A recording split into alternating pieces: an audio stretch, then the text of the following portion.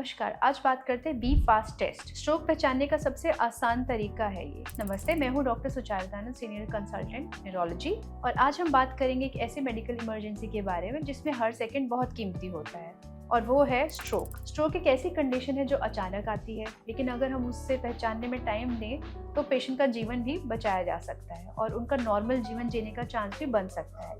इसलिए मैं आज आपको एक बहुत सिंपल और पावरफुल टेस्ट बताने जा रही हूँ जिसका नाम है बी फास्ट। स्ट्रोक होता क्या है? सबसे पहले छोटी सी चीज की समझ। स्ट्रोक तब होता है जब आपके ब्रेन में खून की सप्लाई बंद हो जाती है या ब्लड वेसल फट जाती है, जिसे हम इस्केमिक या हेमरेजिक स्ट्रोक कहते हैं।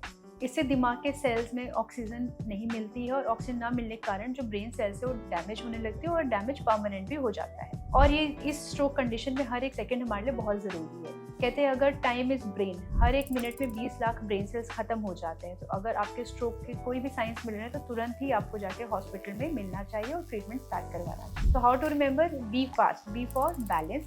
अचानक बैलेंस लूज हो जाना, पेशेंट को चलने में दिक्कत हो रही है या चक्कर आ रहे हैं या ये स्ट्रोक का अर्ली साइन हो सकता है। E for eyes.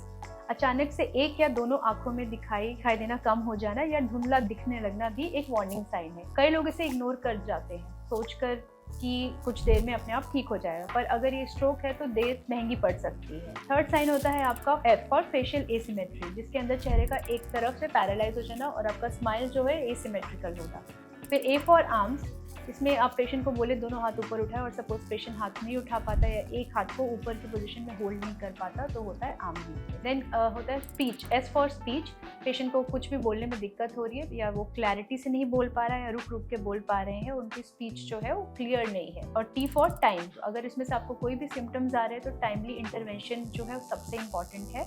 और इसमें जैसे किसी को भी अगर आसपास ये सिम्टम्स आते हैं तो आप जितने जल्दी इमरजेंसी जाएं और इलाज लें उतना ही बेहतर है। स्ट्रोक का बेस्ट ट्रीटमेंट जैसे क्लॉट बर्स्टिंग इंजेक्शन, जिसे हम थ्रोम्बोलिसिस बोलते हैं, या मैकेनिकल थ्रोम्बेक्टमी शुरू के 3-3.5 घंटे या 4.5 आवर्स तक ही इंडिकेटेड है। तो जितने जल्दी आप लेके जाएंगे उतने जल्दी ट्रीटमेंट हो पाएगा। प्रिवेंशन के लिए क्या करना है? आपको अगर बीपी की बीमारी है तो बीपी कंट्रोल में रखना है, शुगर और कोलेस्ट्रॉल की दिक्कत है तो उसको कंट्रोल में रखना है, रेगुलर एक्सरसाइज करनी है, जंक फूड वगैरह अवॉइड करने हैं, और अपना एडिक्शन अल्कोहल वगैरह या स्मोकिंग आपको स्टॉप करना है। तो याद रखिए, be fast, time is brain. अगर किसी को भी सिम्टम्स आ रहे हैं तो जितने जल्दी एक्ट करेंगे उतना ज़्यादा आपके जो ब्रेन में डैमेज कम होने के चांसेस हैं।